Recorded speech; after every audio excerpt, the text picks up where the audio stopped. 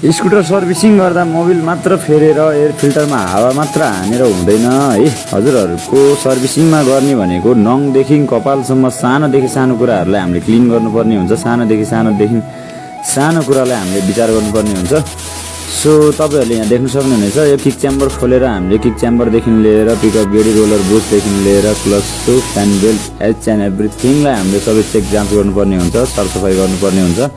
र mainly servicing भन्दा सबैभन्दा इम्पोर्टेन्ट कुरा भनेको चाहिँ सर्भिसिङमा एकदमै सरसफाइ हुन जरुरी छ। र तपाईँको त्यस्तो हुँदा के हुन्छ भन्दाखेरि चाहिँ कुनै पनि सामानको लाइफ चाहिँ लामो हुन जान्छ, आयु लामो हुन जान्छ। सो सर्भिसिङमा चाहिँ एकदमै ध्यान पुर्याउनु पर्ने हुन्छ सरसफाइमा है। र सानोदेखि सानो कुराहरू पनि खोलेर चेक जाँच गर्नुपर्ने हुन्छ। यस्तै सर्भिसिङहरू तपाईँहरूले पनि गर्न खोज्दै हुनुहुन्छ, यस्तो ठाउँ सर्भिसिङ गर्ने ठाउँको खोजीमा हुनुहुन्छ र यस्तो तरिकाले काहीँ पनि गरिरहेको छैन भने हाम्रो दिप्सा मोटरसाइकल वर्कसपलाई सम्झिन सक्नुहुनेछ। हाम्रो लोकेसन धेरै टाढा पनि होइन, टोखा ग्रान्डी हस्पिटल नजिकै हो।